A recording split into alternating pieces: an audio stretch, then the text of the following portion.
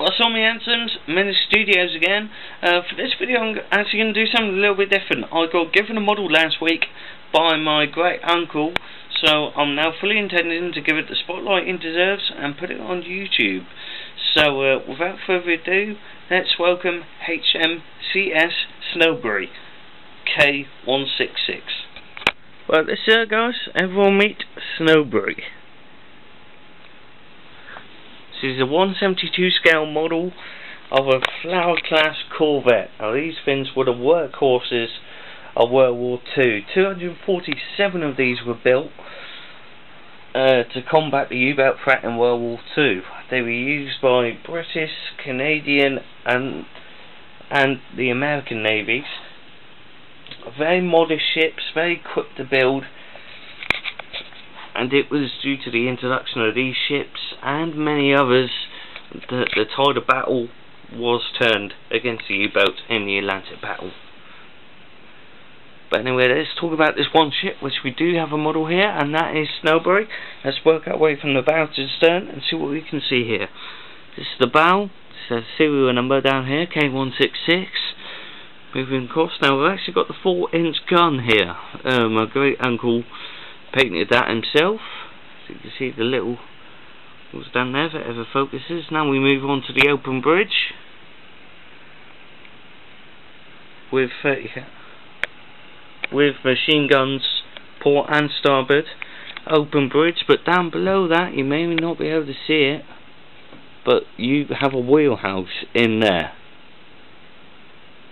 just in case the top, just in case the open bridge took a hit from the shell. Moving on back, we've actually got the lantern radar house. Now these were featured on later Flowers. Basically the radar will be inside this little lantern shaped object here, just above the open bridge. Moving on back, we got the main lifeboats here on top of the davits by the smokestacks. Moving on back again. Now these were a feature. Now this open bow here with a heavy machine gun in, they were the features of the Canadian Flowers. The British Flowers didn't have a bow like that with a machine gun. They went for more minesweeping operations with the Flowers, but the Canadians refitted it for more depth charging operators. As you can see here, you've got more depth chargers there, but they actually put some on winches alongside to maximise the amount of space. Moving on back on the pompons, we got more additional weaponry here, light anti-aircraft weaponry. And then moving on back to the piercer resistance, the teeth of the Flower class. These are the depth chargers. Basically, if anyone doesn't know what depth chargers are, they would go off the ship through these holes here. They would sink to a predetermined depth and explode. The resulting shockwave would rupture a hull of the U-boat, either sinking it or bringing it to the surface to be sunk by ships who are on the surface waiting for her. And that is the Snowberry model 172 scale of an original Flower. Quite a sad thing about it actually, of the 247 that were built, only one survives, and that is the Sackville in Canada. These things changed the battle of World War II. And as you can see, it's not actually a bad model. I'm proud to call it my own. My great uncle didn't want it anymore, so he just decided to give it to me.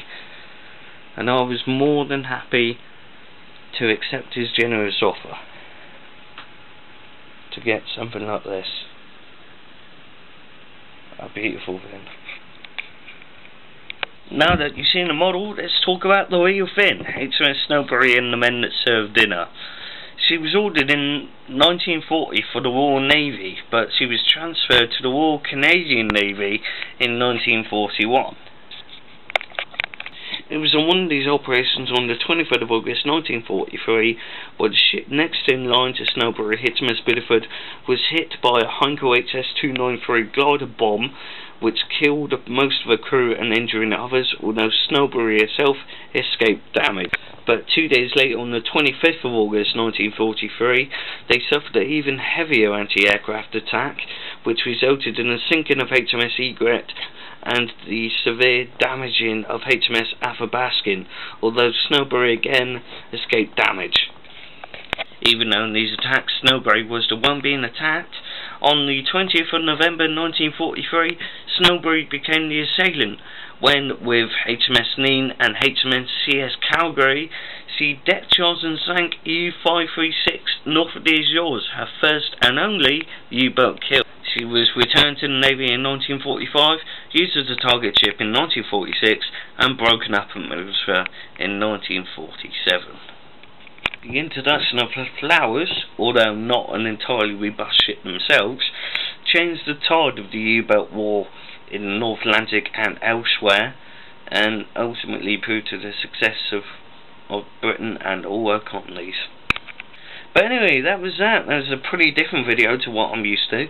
I hope you liked this video. I hope you liked the model. I think my great uncle did a really good job in building her, and of course I had to showcase her for you guys to see, so hopefully you guys would be inspired into so that was that, guys. That was a ton of fun to record, something different from my channel.